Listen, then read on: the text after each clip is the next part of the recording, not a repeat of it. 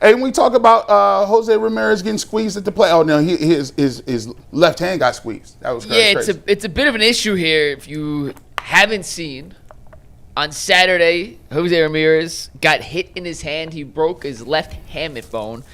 Back in the day, he broke a hamate bone in his right hand and missed about a month, but his power never came back. This time, it's a left hamate bone fracture. He's been placed on the 10-day IL, and it looks like it could be a couple-week absence for Jose Ramirez while he recovers from this left hamate fracture.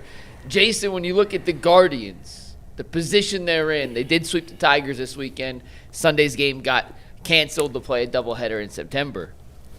What do the Guardians need to do to survive this, however long it'll be? We'll just call it a prolonged absence without Jose Ramirez from falling into the depths of the AL Central and maybe losing their stranglehold on their playoff positioning. They need to do exactly what they do and be who they are. Like I'm kind of, I don't know. I feel like there's a lot of panic in the streets over this, and it's significant. Like it's significant. You don't ever want to lose the heartbeat of your team for, a month to 2 months or something like that.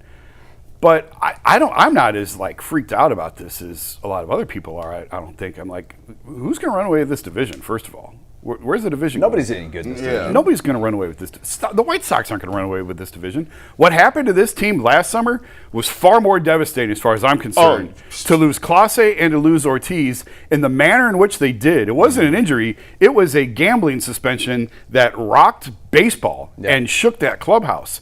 Injuries are part of the game. You never want to see it, obviously. You never want your star player to go down.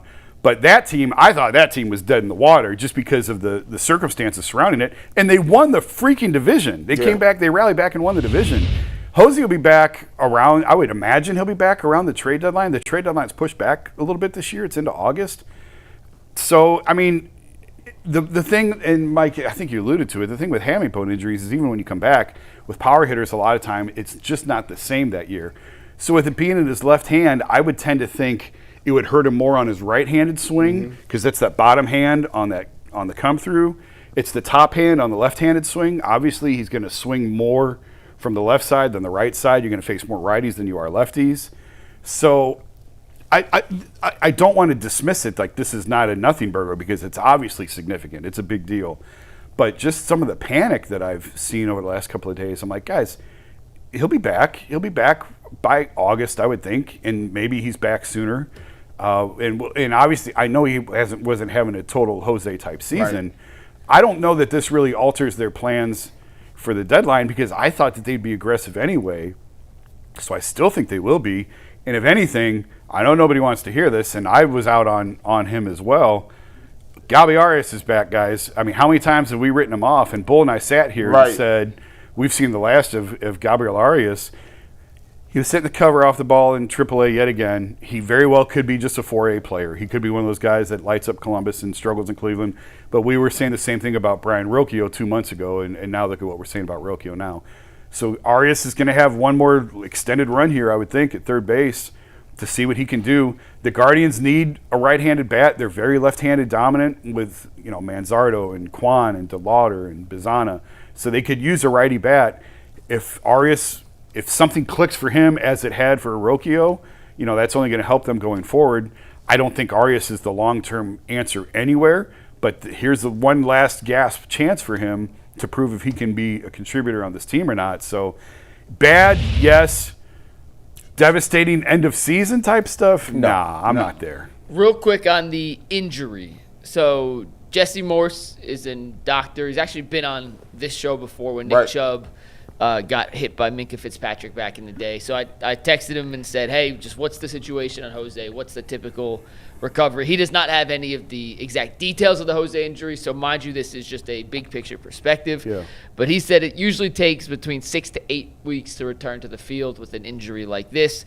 Jose did return in 4 weeks when he had it on his right hand in 2019, but that was because the playoffs were there. He said it would have taken longer. They don't rush it back if it was not for the playoffs. And he also told me that this is the fourth big-name player to suffer a hamate bone fracture this season. Yep. Corbin Carroll, Francisco Lindor, Jackson Holliday, and Jose Ramirez now all fall into that same category of suffering a hamate bone fracture. I thought Pasquantino did as well, didn't he? Wasn't Vinny?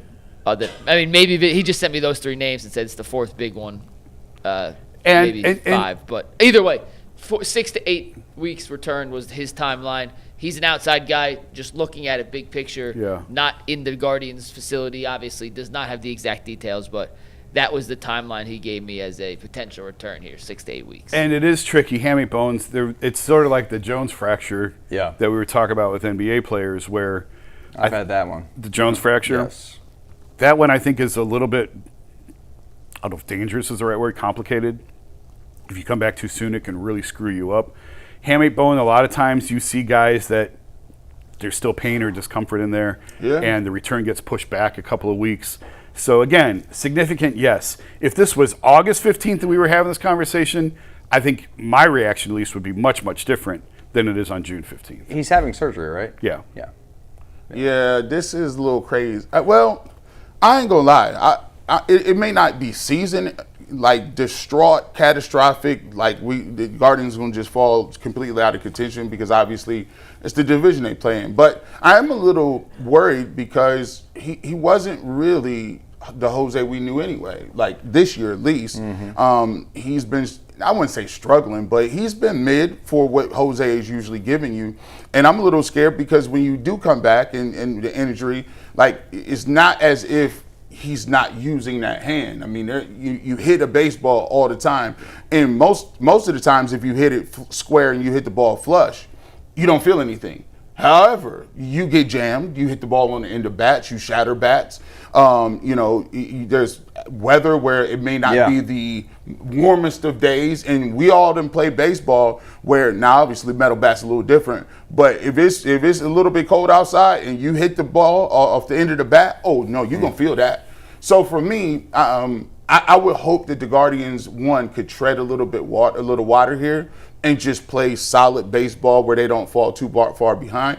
But the question that I have is, okay, who do you have in the lineup that you can say that you completely 1,000% believe in when you need to get a hit or when you need to get some runs? And so when you got a lot of young guys playing, I want to see who kind of leads the charge and gets it going. But I am a little bit concerned, and hopefully it's more of the 4-week variety rather than the 6 to 8 variety. Yeah.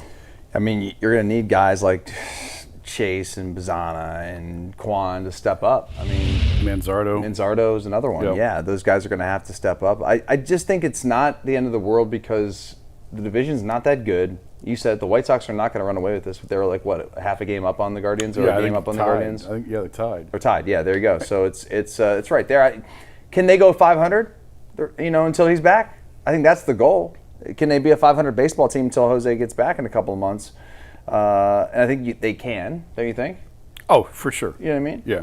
Just you can't have a stretch where they go like 7-18. Right. You know what I mean? Which would really be devastating for the remainder of the year because you don't want to fall behind too far. But if they stay in that 500 range, I think they'll be all right. The problem is they're playing good teams coming up. So. And DeLauder he's not been injured so far. Well, yes. But he keep running in. Don't stop running into stuff, bro. Like you be out there. He's one of them dudes where I be holding my breath every time even running to first base. I'd be like, listen, just get to first base and come sit down, bro. Courtesy runner. Yeah, just hey, come on in. Could get a courtesy runner for our injury-prone hitter. Ghost man. But yeah, like he's fragile. You cannot. He can now. Listen, they may be able to withstand this, but they can't withstand another injury to like another guy like DeLauder because then your power numbers crater. Yeah. And DeLauder, and when you look at it in terms of him and Jose, they add the power. They give you an Angel Martinez. And what is he? He hurt too?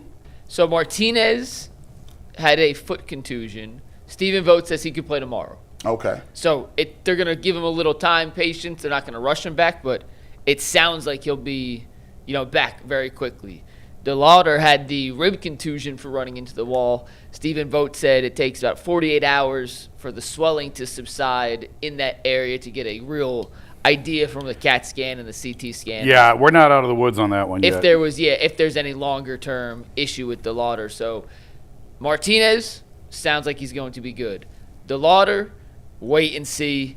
And I'm kind of nervous because of his injury track record. Jose, we know, has been sent to the 10-day IL. It can be extended after that. The timeline we received was 6 to 8 weeks. But Jose's a different cat, so you never know. But, yeah, Jason DeLauder, rib contusion. They have to wait for the swelling to go down.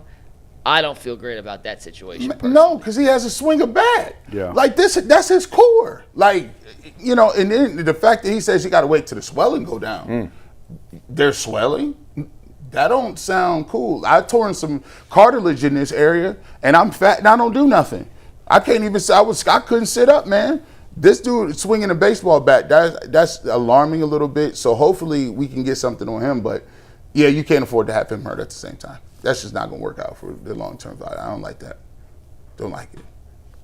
Jason, same thing with Chase. I mean, let's he wait hasn't and had see. a rib injury yet. He hasn't had an oblique injury to my knowledge. But Yeah, I mean, Judge is out. Aaron Judge is out with a rib. He's got a stress fracture in a rib or something. I've never really heard it put quite the way that the injury he's got now, but he's out. He's going to be out multiple months. You don't want to hear a torso injury for a power hitter. Yeah. And now, let's wait and see on DeLauder. If it comes back that DeLauder's out 2 months and Hosey's out 2 months. That could be a little bit of a different story. Yeah, that's a different story. Yeah, but we're not there yet. So as of now, as we sit here today, for me, it's focused on the Jose injury until we get more information on the DeLauder thing. And it's a big opportunity. Like I said, it's a big opportunity for Arias. I know people are probably sick of him. I've written him off a couple of times, and he's like a boomerang. Every time you throw him out, he just comes right back around, and here he is again. One last question, then we'll take a break, talk a little Browns. But, Jason, they DFA'd Valera as part of this whole situation. Crazy how his career has been the ultimate roller coaster with the playoff home runs, starting the season up, and now DFA'd. Yeah, I think – was he batting second in the playoffs last year and hit the home run? Yeah. And to go from that to DFA'd, I just think that he's not great defensively. I think that they feel like they've got better options in front of them. And I will be a little surprised if he makes it through waivers. But I hope he does. I'm still rooting for him. I like him as a player. He's been through so much injury-wise. It'd be nice if he can slide through waivers. But if you're a young team – or if you're a rebuilding team, I don't know why you wouldn't put a waiver. You don't make anything. I don't know why you wouldn't put a waiver claim on him and kick the tires on it, see if you can get anything out of him.